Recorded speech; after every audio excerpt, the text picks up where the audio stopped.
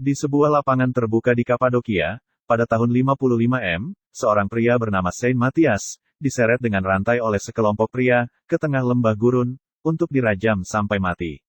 Pemimpin kelompok itu merobek kalungnya dari lehernya. Liontin itu berbentuk staurogram. Pemimpin meludahinya, dan melemparkannya ke tanah. Dia mendesak orang-orang lain untuk melempari orang itu dengan batu. Mereka semua memungut batu dari tanah, dan mulai memukulnya dengan brutal. Dia jatuh, dan jelas tidak sadarkan diri, dan mungkin mati. Pemimpin kemudian mengambil batu yang lebih besar dan lebih lebar, dan mengangkatnya di atas kepalanya untuk mendaratkan pukulan terakhir. Sebelum batu terakhir dilempar, petir mulai menyambar di atas kepala. Dia melempar batu dan menghancurkan kepalanya.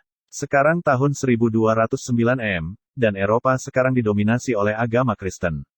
Tentara salib diluncurkan untuk merebut kembali Yerusalem, hanya dengan iman. Irlandia terletak jauh dari Tanah Suci. Penjajah Norman yang setia kepada Raja John dari Inggris, berjuang untuk menaklukkan pulau itu. Jauh di wilayah asli Gaelik, sebuah biara terpencil menaungi peninggalan kuno. Di Kilmanan, pantai laut barat Irlandia, seorang anak laki-laki bernama Saudara Diarmuid, juga dikenal sebagai pemula, sedang mengumpulkan moluska dengan menuangkan air ke pantai, melihat mereka muncul, dan meraihnya. Dia mengutuk dalam bahasa Gaelik ketika salah satu dari mereka menjentikkan jarinya. Dia ditemani oleh seorang pria yang dikenal sebagai bisu, membawa kuk dengan 2 keranjang di atasnya, mengenakan sepatu bot kulit sampai ke lutut, celana pendek, dan kemeja, dan dia tampaknya sedang mengumpulkan rumput laut. Anak laki-laki itu merenungkan tentang orang pertama yang memutuskan untuk memakan makanan ini, dan apa yang mereka pikirkan, dan berspekulasi tentang tujuan kehidupan hewan, seperti yang telah diperintahkan oleh Saudara Katal, untuk percaya bahwa tujuan hewan adalah untuk melayani manusia. Keduanya meninggalkan pantai, dan mulai berjalan di atas bukit pasir, ketika mereka melihat sekelompok 3 pria, menaiki puncak, menatap mereka. Pemula segera berlari, bergegas kembali ke daerah lebih jauh ke pedalaman, di mana kita melihat sekelompok biksu, berkebun dan merawat hewan, di sekitar reruntuhan kompleks bangunan, atau sisa-sisa semacam monumen pagan, itu tidak sepenuhnya jelas yang mana. Pemula memberitahu para beku bahwa dia melihat penunggang kuda. Sementara itu, si bisu, yang tampaknya tidak peduli, menyusul. Seseorang bertanya dari klan mana mereka berasal. Kepala biara, yang oleh para biarawan disebut Aba, bertanya kepada semua yang hadir, apakah relik itu telah dipindahkan. Mereka memberitahu dia bahwa itu belum. Dia mengatakan kepada mereka untuk tetap tenang. Kemudian, mereka berdoa secara berkelompok di sebuah gubuk batu. Mereka menyanyikan Salve Regina, sebuah himne Maria yang dinyanyikan di Compline. Anak laki-laki itu berdiri di barisan belakang, tepat di depan pintu, dan dia berbalik. Melalui pintu dia bisa melihat keduanya. Si bisu melakukan sesuatu dengan seekor binatang, dan salah satu penunggang dari sebelumnya, seorang biarawan Cistercian dalam jubah putih adat, turun dari kudanya. Cistercian berjalan menuju gubuk doa, dan berlutut di atas batu paving, mencium tanah, dan maju ke arah para biarawan. Kemudian, Geraldus dan kepala biara, menonjol di sebuah tanjung ke arah laut. Kepala biara mencatat bahwa mereka tidak mendapatkan banyak pengunjung yang telah melakukan perjalanan sejauh Geraldus, yang mengatakan otoritas kepausan tidak mengenal batas. Geraldus memberi kepala biara selembar kertas yang digulung, yang dimaksudkan sebagai dokumen dari Paus Innocent ketiga, yang memerintahkan para biarawan untuk melakukan ziarah, untuk mengangkut relik tersuci mereka ke Roma. Para biarawan dengan enggan setuju, karena legenda mengatakan bahwa kekuatan suci peninggalan itu, akan menghancurkan siapapun yang tidak cukup berhati murni untuk memilikinya.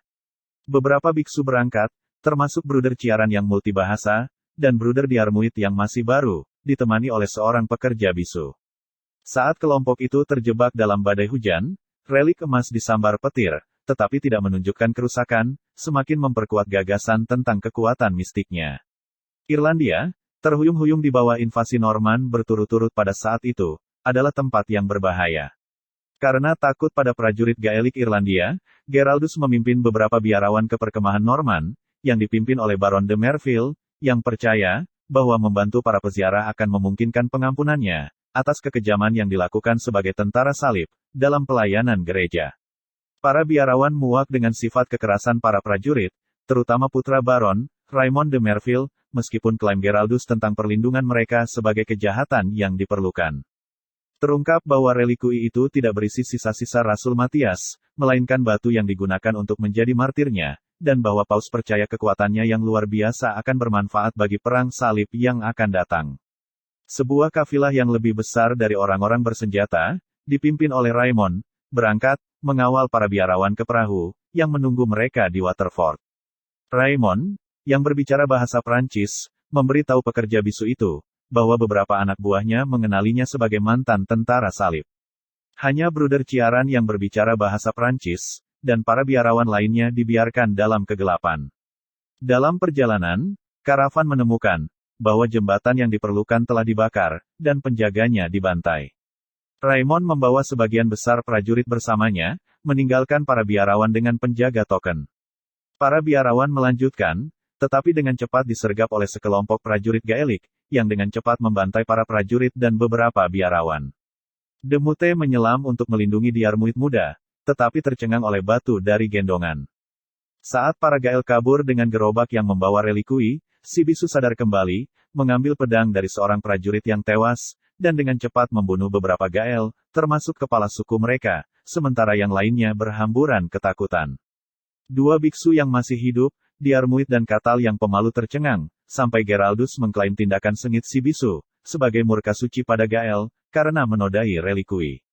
Mereka memilih untuk mengikuti relik yang dicuri, karena terlalu berbahaya untuk menunggu penyelamatan oleh pasukan Raymond. Si bisu melacak kereta curian, tetapi menemukan bahwa relikui itu hilang. Dia kemudian melihat seorang pengintai Gaelik, dan diam-diam membunuhnya. Mereka menemukan Kam Irlandia, tetapi ada terlalu banyak pria untuk dilawan. Yang membuat mereka cemas, pemimpin mereka, saudara Ciaran diikat di sebuah pohon. Diarmuid bersikeras mereka menyelamatkan Ciaran, tetapi Geraldus bersikeras bahwa tugas suci mereka adalah untuk relik, dan bukan untuk rekan mereka, yang dia yakini juga akan mengatakan hal yang sama. Relawan Diarmuid untuk menyelinap ke Kam setelah malam tiba, dan mencuri relik, meninggalkan relikui emas hiasan ke Gael. Saat dia dan si bisu bersiap untuk menyelinap ke Kam, Raymond dan para letnannya muncul. Mereka ada di sana untuk relik, karena mereka menyewa Gael untuk membunuh para peziarah, sehingga Raja John dari Inggris dapat mengklaim relik itu alih-alih Paus. Dia mengatakan bahwa Raja John menjadi tidak percaya pada bangsawannya di Irlandia, berpikir bahwa mereka lebih setia kepada kerabat mereka di Normandia, dan Raja Prancis, daripada dirinya sendiri. Selama diskusi mereka, Diarmuid menyelinap ke sisi Ciaran, dan mencoba untuk memutuskan ikatannya. Saudara Ciaran bersikeras agar anak itu melepaskannya. Ciaran, yang mengendarai gerobak yang membawa relik selama penyergapan, mengatakan kepada Diarmuid bahwa dia melemparkan relik dari gerobak, sebelum dia dan gerobak diambil, dan bahwa Diarmuid harus menemukan relik tersebut, dan menyerahkannya pada nasibnya. Hancur, Diarmuid meninggalkan mentornya. Para biarawan menonton dengan ngeri, ketika Raymond menemukan bahwa relikui itu kosong. Raymond menawarkan Ciaran kematian cepat, jika dia memberitahu kemana relik itu pergi. Ciaran menolak, dan memanggil nama Yesus, karena Raymond secara brutal membunuhnya dengan duri multicabang. Para biarawan melarikan diri, dan menemukan relik di dekat tempat saudara Ciaran melemparkannya. Geraldus dengan fanatik bersikeras, bahwa mereka melanjutkan ziarah mereka, meskipun situasi mereka putus asa. Saat fajar menyingsing, dan klakson berbunyi di kejauhan, kelompok itu melihat sungai yang diselimuti kabut. Geraldus menafsirkan ini sebagai tanda ilahi, dan mereka berlomba ke sungai sebelum Raymond dan anak buahnya dapat menemukan mereka. Mereka mengarungi sungai, kehilangan pengejar mereka, sampai Geraldus meneriakkan kembali penghinaan pada Raymond dalam bahasa Prancis. Raymond menjawab dalam bahasa Inggris, memberitahu kelompok itu, bahwa Geraldus sangat fanatik, sehingga dia mengirim ayahnya sendiri untuk dibakar di tiang pancang karena bidah.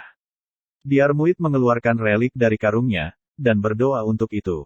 Yang lain bergabung dengannya, dan tak lama kemudian, mereka mendengar dentingan di kejauhan. Loncengnya adalah lonceng feri sungai. Geraldus menyarankan, bahwa si bisu membunuh para penambang untuk memungkinkan pelarian mereka, tetapi Brother Katal, menukar dengan mutiara yang dia pulihkan ketika mereka lepas dari relikui. Perahu membawa mereka hampir ke pantai, tetapi saat air pasang, muara terlalu dangkal untuk dilewati. Di belakang mereka, Raymond dan anak buahnya menyeberang ke tempat terbuka di pantai. Para penambang, menyadari bahaya mereka sendiri, membuang muatan mereka keluar dari perahu, dan semua mendorong perahu itu melalui air yang dangkal. Geraldus, berbicara bahasa Prancis, meyakinkan bisu untuk berbalik, dan memberi para peziarah waktu untuk melarikan diri, karena Tuhan akan mengampuni dosa mantan tentara salib, tidak peduli seberapa besar. Diarmuid dihancurkan, dan mencoba menghentikan bisu, tetapi Geraldus menahannya saat perahu mulai mengapung. Demute mengambil Raimond dan anak buahnya sendirian, membunuh beberapa. Pemanah Raimond menembak perahu yang melarikan diri, membunuh salah satu penambang. Raimond menggunakan bisu yang bertelanjang dada dan terengah-engah, dan akhirnya menang. Raimond menikam si bisu dengan cabang siksaan berdurinya, menanyakan dari mana asalnya. Si bisu menanggapi dengan satu-satunya kata dari film itu, neraka. Si bisu meraih Raimond, dan menggigitnya di tenggorokan, memutuskan arterinya, membuatnya berkedut di tanah. Dia berdiri, meraih pedangnya, dan maju ke 3 prajurit yang tersisa. Di atas kapal, Katal mengungkapkan bahwa dia dipukul dengan panah terakhir, dan jatuh. Mendengar dentang pedang di darat, Geraldus memberitahu Diarmuid, bahwa relik suci itu akan menginspirasi 1000 orang seperti bisu, untuk melakukan kekerasan suci. Dengan jijik, Diarmuid bergerak untuk membuang relik itu ke laut. Geraldus berjuang dengan dia, dan pergi ke laut dengan relik, tenggelam ke dasar laut. Tukang perahu yang masih hidup bertanya kepada Diarmuid, "Kemana sekarang?" Tetapi pemula tidak memiliki jawaban. Selesai. Terima kasih telah menonton. Subscribe jika Anda ingin melihat lebih banyak video seperti ini.